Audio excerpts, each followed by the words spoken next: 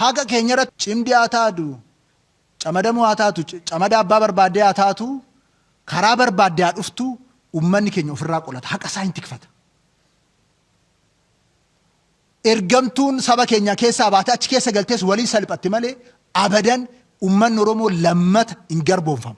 Abadan yoomiyyuu hin garboomfamu.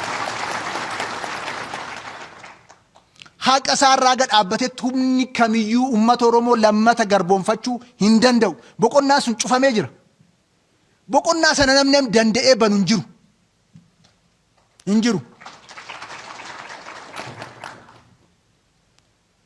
Qe'ee namaa dhaqnee wanti gaafachaa jiru hin jiru. Qe'ee namaa dhaqnee wanti barbaadaa jiru hin jiru. Qe'ee keenya keessatti haqaan qaama kan faanayyuu waliin jiraachuudhaaf ni qophaa'aadha.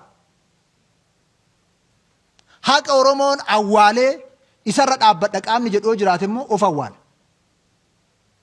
Haqni Oromoo ol baatee jirti. Ol baatee fagaattee jirti. Fagoo jirti.